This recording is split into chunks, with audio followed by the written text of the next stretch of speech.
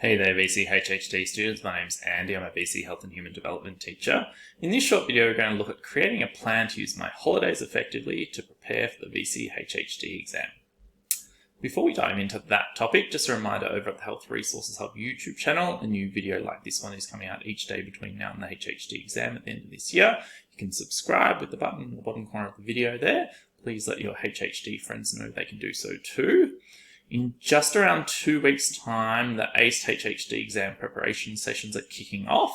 I'll be presenting both of those this year, and if you're interested in booking a spot, you can book a spot at book.acevce.com. Don't forget you should do so as soon as possible so your posted notes arrive in time before those sessions. I've got a busy couple of weeks coming up, and I thought to myself today, sometimes a change is as good as a holiday, so you might notice something slightly different today. Okay, you can see our social media links there and also our email. So you might be asking yourself, why is creating a plan over the holidays a useful thing? So sometimes it's hard to know where to get started when preparing for the exams. It can be a little bit overwhelming. So often having a plan is just something to get you going, okay? Sometimes it can be hard to keep track of time. And so you might think you're going to accomplish quite a lot of things across the holidays, but then before you know it, the break is gone and you haven't achieved as much as you'd like. So a plan can help to keep you on track and keep you accountable. Also, it can help to show you that you're making progress. Sometimes that lead up to the exams can feel a little bit overwhelming, but if you've got a plan, at least you can tick things off and know that you're achieving things. And organization obviously is really important. You want to make sure you're as prepared as possible for your exams. So if you're organized, you can try to accomplish all of the tasks that you'd like to prior to the actual exam.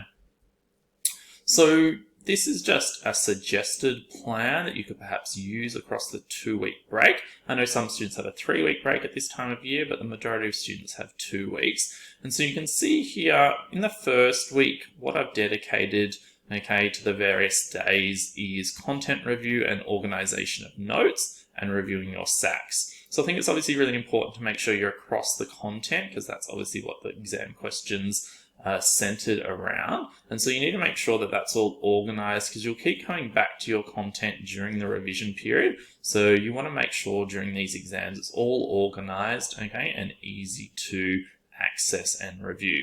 Then I think it's also really important to review your SACs. They're obviously the opportunities throughout the year that you've been put under pressure, and being asked to complete questions based on the content. And so you should go back and have a look at those and think about what were the areas that you lost marks in your SAC, and how can you ensure that you don't do that as you start completing trial exams. So you'll see the first couple of days are dedicated towards Unit 3 Area Study 1 and Unit 3 Area Study 2.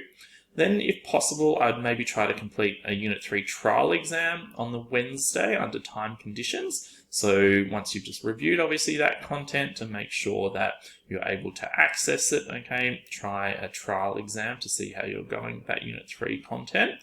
And so then on the Thursday, you can dedicate some time to marking and reviewing that Unit 3 trial exam. And you'll see there throughout this table, I've got update notes as required.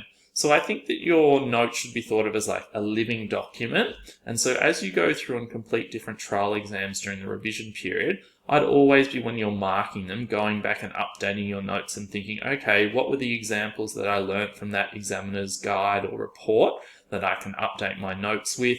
Where did I have maybe a definition that wasn't exactly 100% that I can go back and fix? So think about, as you mark and review a trial exam, how can I fix up my notes or update my notes as I go?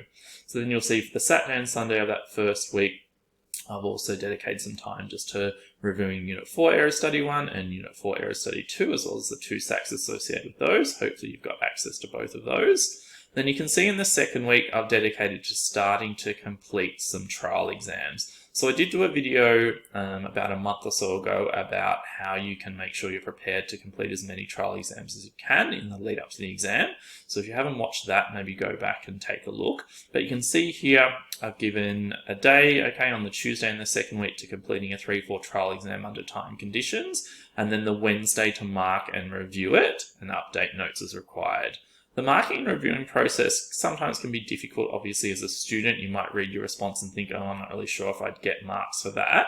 Okay, so obviously you can asterisk things to ask your teacher when you go back to school. Okay, but I think marking and reviewing exams is a really good opportunity for you to look at, okay, obviously the sample responses in the examiner's guide and think about how are they allocating marks and am I doing that correctly in my responses, and it can really help you then when you complete more trial exams to think about, okay, this is worth say 3 marks. I can see from the question here this is where those 3 marks would be allocated because of this previous experience I've had marking and reviewing my exams. So you can see, if possible, completing 2 of those and doing that twice in the second week I think would be a good start.